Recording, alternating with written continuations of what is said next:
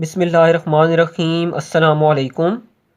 Previous lecture में हमने root mean square value को कैलकुलेट किया था और उससे रिलेटेड एक एग्जांपल को भी सॉल्व किया था। आज के लेक्चर में हम डिस्कस करेंगे फेज़ ऑफ एसी। फेज़ क्या होता है? फेज़ हमारे पास उस एंगल का नाम है, उस थीटा का नाम है, जो एंगल हमें बताएगा कि कहाँ पर हमारे अल्टरनेटिंग वोल्टेज या करंट की मैक्सिमम वैल्यू आ रही है और कहाँ पर हमारे वोल्टेज या करंट की मिनिमम वैल्यू आ रही है। फेज़ को हम सिंपली डिफाइन करते हैं angle theta which specifies the instantaneous value of alternating current or voltage। ऐसा एंगल जो कि हमें अल्टरनेटिंग करंट या वोल्टेज की इंस्टेंटेनियस वैल्यू को बताता है, उस एंगल को हम नाम क्या देते हैं? फेज़ का नाम देते हैं। अब अगर आप देखें तो हम ये स्टडी कर चुके हैं कि alternating current I is equal to maximum current I nought sine theta and further theta बराबर होता है ओमेगा टी के। बिल्कुल इसी तरह से alternating voltage V is equal to V nought sine omega t. यहाँ पर हम क्लियरली देख सकते हैं कि हमारे पास जो करंट और वोल्टेज हैं, ये हमारे पास फंक्शंस हैं। किसके फंक्शंस हैं? साइन के फंक्शंस हैं। Alternating current and voltage are the functions of sine. अब फेज़ किस तरह से हमें बताता है कि हमारे अल्टरनेटिंग करंट या वोल्टेज की मिनिमम वैल्यू आ रही है या मैक्सिमम वैल्यू आ रही है? तो देखें, क्योंकि हमारे पास थीटा बराबर होता है ओमेगा टी के, तो मैं कह सकता हूँ कि जब मेरे पास ये थीटा यानी कि ये फेज़ जब ज़ीरो होगा तो साइन ज़ीरो पर ज़ीरो हो जाएगा, करंट और वोल्टेज दोनों क्या हो जाएंगे हमारे पास? ज़ीरो, यानी कि मिनिमम वैल्यू आएगी। बिल्कुल इसी तरह से जब omega T pi by two radian के बराबर हो जाएगा तो sine pi by two radian पर मैक्सिमम वैल्यू आएगी 1, तो करंट आई और वोल्टेज वी बराबर हो जाएंगे मैक्सिमम यानी कि अपनी पीक वैल्यूज़ के। इसी तरह से जब हमारे पास फेज़ पाई होगा तो वोल्टेज और करंट मिनिमम वैल्यू आएगी। जब फेज़ 3 पाई बाई टू होगा तो वोल्टेज और करंट की मैक्सिमम वैल्यू आएगी लेकिन नेगेटिव में। और जब हमारे पास फेज़ 2 पाई रेडियन होगा तो अगेन करंट और वोल्टेज की हमारे पास मिनिमम वैल्यू आएगी। तो ये मैक्सिमम और मिनिमम वैल्यू हमें कौन बता रहा है? हमें कैसे पता चल रहा है कि कहाँ पर वैल्यू मैक्सिमम है, कहाँ पर वैल्यू मिनिमम है? वो हमें ये एंगल बता रहा है, ये थीटा बता रहा है। तो इसी थीटा का नाम हमारे पास क्या है? फेज़ है। तो हम कह सकते हैं कि जब हमारे पास फेज़ ज़ीरो होगा, पाई होगा या 2 पाई रेडियन होगा तो हमारे अल्टरनेटिंग करंट या वोल्टेज की वैल्यू मिनिमम होगी जो कि ज़ीरो होगी। और जब मेरे पास phase pi by two radian होगा तो मेरे अल्टरनेटिंग करंट या वोल्टेज की मैक्सिमम वैल्यू आएगी पॉजिटिव में। और जब मेरे पास phase 3 pi by two radian होगा तो अल्टरनेटिंग वोल्टेज या करंट की मैक्सिमम वैल्यू ही आएगी लेकिन वो नेगेटिव में होगी। तो ये तो था हमारे पास फेज़। अब देखें, अगर तो मेरे पास डायरेक्ट करंट और वोल्टेजेस होंगे तो उनको हम आराम से जो है वो बड़ी आसानी से रिलेशन बता सकते हैं कि वोल्टेज और करंट में क्या रिलेशन है। जैसे हमने ओम्स लॉ में पढ़ा था V is equal to I R, यानी कि अप्लाइड वोल्टेज जो हैं वो कंडक्टर में से गुजरने वाले करंट के डायरेक्टली प्रोपोर्शनल होते हैं जब तक रेजिस्टेंस उस कंडक्टर की क्या रहती है? कांस्टेंट रहती है। इसी तरह से ट्रांसफार्मर्स के अंदर अगर हम देखें तो ट्रांसफार्मर्स में क्योंकि प्राइमरी और सेकेंडरी साइड पर जो पावर है वो सेम रहती है, तो वहाँ से हम कह सकते हैं कि वोल्टेज और करंट इन्वर्सली प्रोपोर्शनल है। यानी कि हम डायरेक्ट केसेस के अंदर, डायरेक्ट करंट के अंदर वोल्टेज और करंट को आसानी से रिलेशन बता सकते हैं। लेकिन जब हम अल्टरनेटिंग क्वांटिटीज़ में आते हैं, जब हमारे पास अल्टरनेटिंग करंट और अल्टरनेटिंग वोल्टेज होंगे, तो फिर हम कैसे बताएंगे कि कौन सी वैल्यू ज़्यादा है और कौन सी वैल्यू हमारे पास कम है? तो वहाँ पर हम यूज़ करेंगे फेज़ को। अब यहाँ पर मैंने कुछ केसेस जो हैं वो बनाए हैं।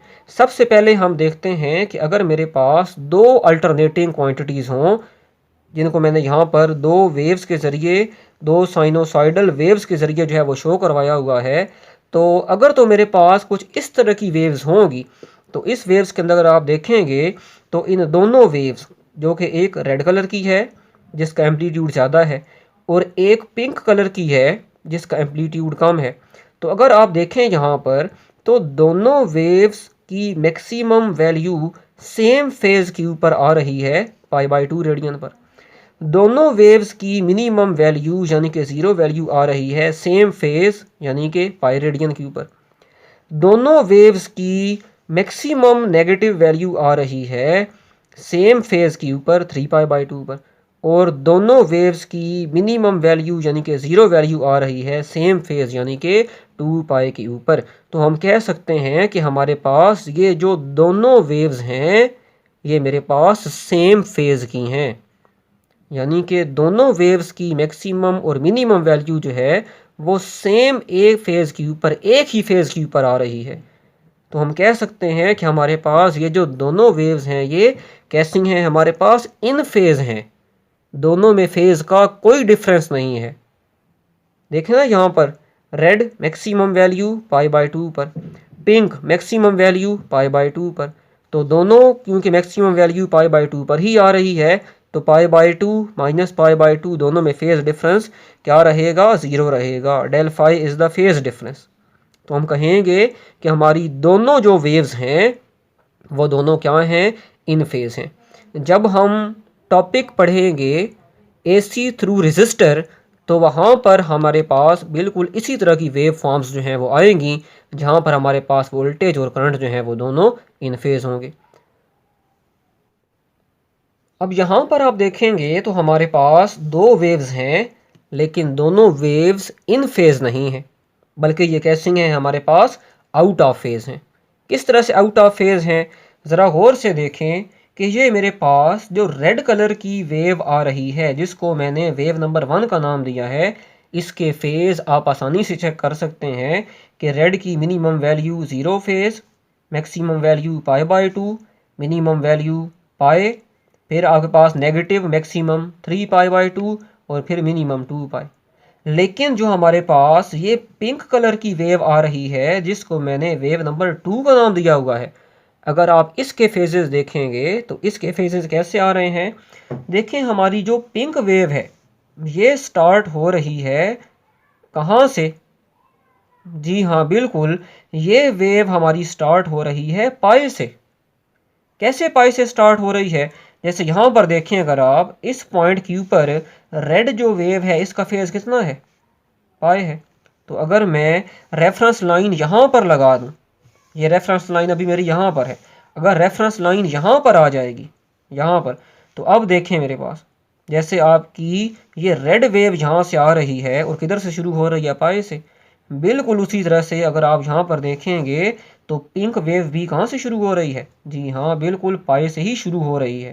तो पाई से शुरू हो रही है, फिर नेगेटिव मैक्सिमम वैल्यू आएगी 3π/2 पर, यहाँ पर फेज़ इसका हो जाएगा 2π, यहाँ पर इसका फेज़ हो जाएगा π/2 और यहाँ पर इसका फेज़ हो जाएगा पाई, यानी कि वैल्यू 0 हो जाएगी।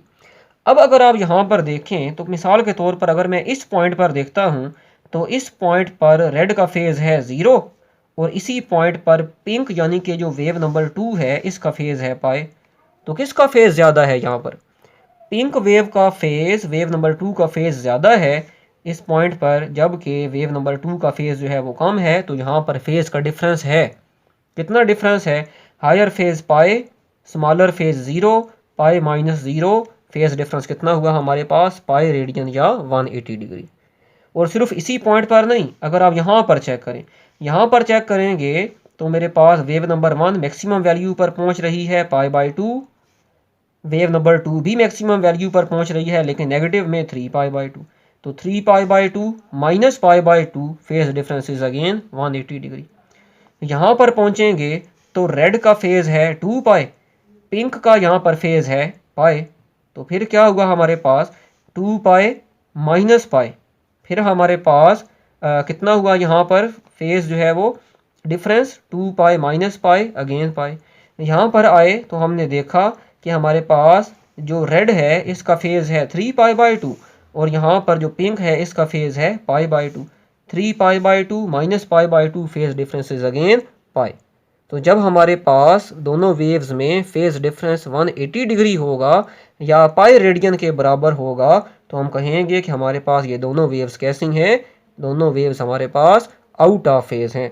इन्हीं पॉइंट्स को मैंने यहाँ पर लिखा हुआ है, आप इनको भी रीड कर सकते हैं। थर्ड केस में देखेंगे तो हमारे पास सिचुएशन थोड़ी अलग है। यहाँ पर क्या हो रहा है हमारे पास कि रेड वेव बिल्कुल पहले जैसी ही है जैसे यहाँ पर थी, वही जिसके फेज हैं 0 से स्टार्ट हो रही है, π/2 पर मैक्सिमम, पाई पर 0, 3π/2 पर फिर मैक्सिमम नेगेटिव में और 2π पर फिर क्या हो गई, 0 हो गई। लेकिन जो दूसरी वेव है हमारे पास पिंक कलर की, इस वेव को जब आप देखेंगे तो ये कहाँ से स्टार्ट हो रही है, जी हाँ बिल्कुल इसकी मैक्सिमम वैल्यू आ रही है यहाँ पर। और हम जानते हैं कि साइन की मैक्सिमम वैल्यू कितने फेज पर होती है, π/2 पर होती है। यानी कि यहाँ से अगर आप देखें इस रेड को तो रेड देखें यहाँ से ये स्टार्ट हो रही है, रेड कितने फेज से, π/2 से। बिल्कुल इसी तरह से यहाँ पर मेरे पास जो वेव पिंक वाली स्टार्ट हो रही है ये भी कितनी है हमारे पास, π/2 से स्टार्ट हो रही है। तो अगर आप यहाँ पर देखें ये रेफरेंस लाइन है मेरे पास एट t = 0 पर, तो यहाँ पर मेरे पास जो रेड है इसका फेज कम है 0, जबकि जो पिंक है इसका फेज मेरे पास ज़्यादा है जो कि π/2 है। तो जिस वेव का फेज ज़्यादा होगा याद रखिएगा वो वेव क्या करेगी, लीड करेगी, क्या करेगी, लीड करेगी। और जिस वेव का फेज कम होगा वो क्या करेगी, वो वेव जो है वो लैग करेगी। तो यहाँ पर हम कहेंगे कि हमारे पास जो पिंक है जिसको मैंने वेव नंबर 1 का नाम दिया हुआ है, wave 1 is leading wave 2 by phase difference of π/2। Phase difference हमने कैसे निकाला, बड़ा फेज π/2, स्मॉलर फेज 0, π/2 माइनस 0, तो फेज डिफरेंस आ गया कितना, π/2। तो ये पॉइंट आप याद रखेंगे कि यहाँ पर हमने देखा रेड का फेज 0 है, लेकिन यहीं पर जो मेरे पास दूसरी वेव है पिंक, इसका फेज ज़्यादा है, π/2 है। तो मैंने बोला कि जिसका फेज बड़ा होगा वो लीड करेगी, वो आगे निकल जाएगी, और जिसका फेज थोड़ा होगा, कम होगा, वो लैग करेगी, यानी कि वो पीछे रह जाएगी। अब रेड क्योंकि ये लैग कर रही है, पिंक क्योंकि ये लीड कर रही है, तो पिंक यानी कि आगे निकल रही है। तो कितना आगे निकल गई वो हमने बता दिया कि भाई π/2 रेडियन जो है वो आगे निकल जाएगी। अब इसको एक और तरह से भी देख सकते हैं कि अगर मैं इस वेव को कंप्लीट करता हूँ, ये जो पिंक वेव है, तो अब हमें एक आसानी से पता चल रहा है कि पहले कौन सी वेव शुरू हो रही है, पिंक, बाद में कौन सी शुरू हो रही है, रेड। तो जो पहले स्टार्ट हो रही है इट मीन्स वो लीड कर रही है, और जो बाद में शुरू हो रही है वो क्या कर रही है, हमारे पास लैग कर रही है।